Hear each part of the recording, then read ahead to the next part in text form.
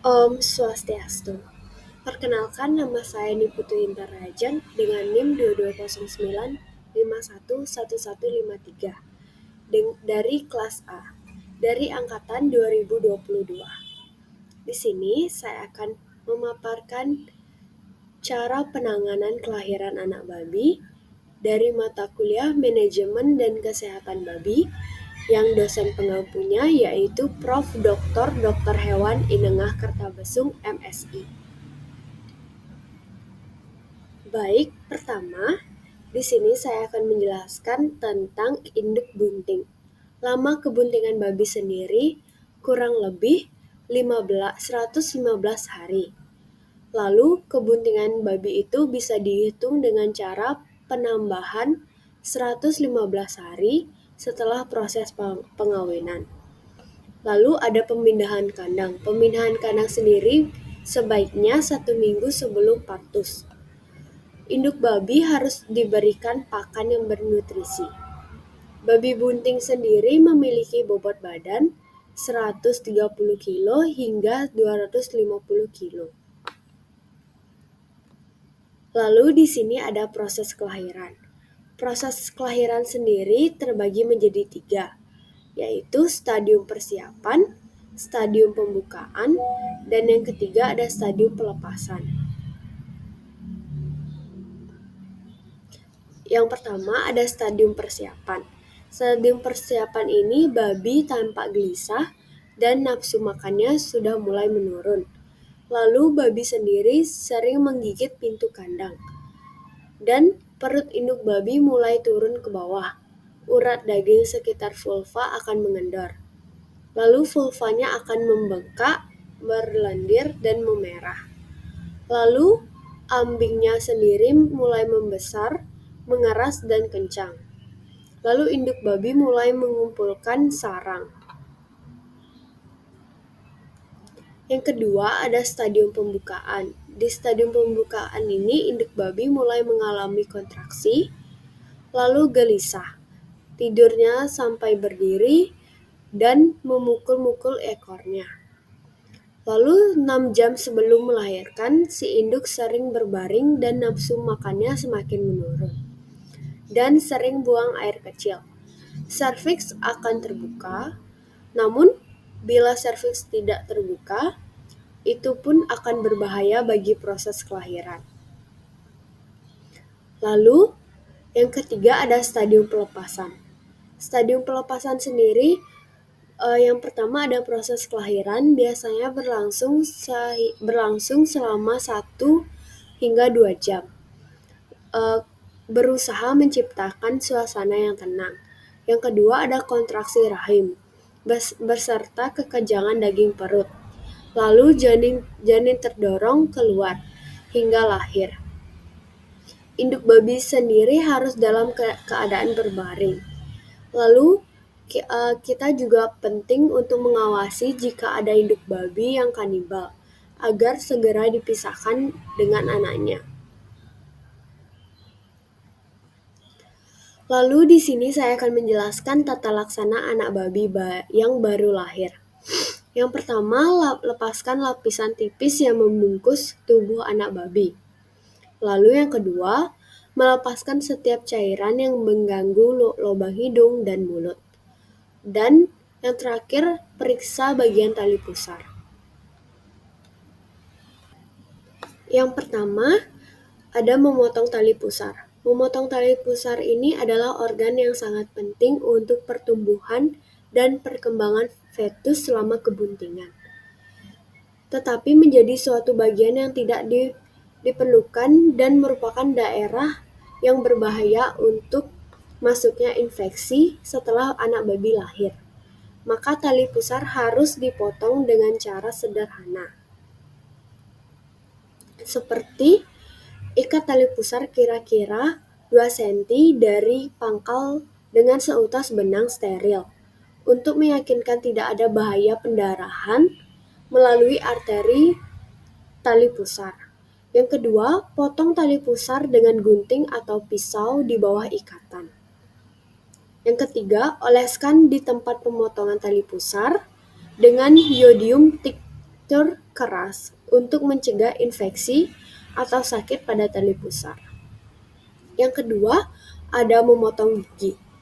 Memotong gigi pada anak babi yang baru lahir ini dengan 4 pasang gigi atau 8 gigi tajam. 2 pasang pada tiap rahang disebut hitam, gigi jarum, atau gigi serigala. Meskipun gigi tersebut cukup penting pada anak babi, namun gigi tersebut harus dipotong, karena lebih menimbulkan kerugian daripada keuntungan bagi peternak.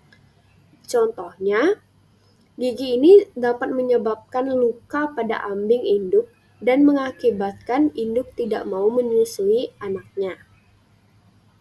Yang ketiga ada memotong ekor. Memotong ekor itu menjadi suatu masalah karena sering terdapat menggigit ekor satu sama lain di hampir semua peternakan. Makanya secara rutin dilakukan pemotongan ekor pada anak babi yang baru lahir. Panjang ekor yang dipotong dapat dari ujung hingga pangkal, tetapi biasanya cukup untuk memotong 2/3 hingga 3/4 dari ekor. Pendarahan yang semakin sedikit terjadi apabila alat yang digunakan tumpul pada saat pemotongan ekor. Yang keempat, mendapatkan kolostrum. Segera setelah pemotongan gigi, letakkan kembali anak babi bersama induknya, agar anak babi dapat menyusu atau memperoleh kolostrum yang mengandung daya tahan tubuh yang tinggi. Penyerapan kolostrum adalah kritis tinggi untuk kehidupan anak babi yang baru lahir, sebagaimana fungsinya yang merupakan sumber utama kekebalan melawan penyakit pada masa awal kehidupan. Apabila ada anak babi yang lemah, harus diberikan kesempatan yang baik untuk menyusu dengan mengarahkan anak-anak babi ke ambing induk. Yang kelima, ada penyuntikan zat besi. Anemia pada anak babi menyusu merupakan masalah yang telah lama diketahui secara baik oleh para peternak. Hal ini disebabkan oleh kurangnya zat besi, di mana plasenta dan ambing tidak efisien dalam memindahkan mineral tersebut. Lalu, kenapa diberikan penambahan zat besi? Untuk mengurangi kekurangan zat besi pada anak babi. Dianjurkan diberikan ketika anak babi berumur 3 hari. Tetapi hasil yang memuaskan dapat memperoleh jika anak babi disuntik waktu minggu pertama setelah kelahiran.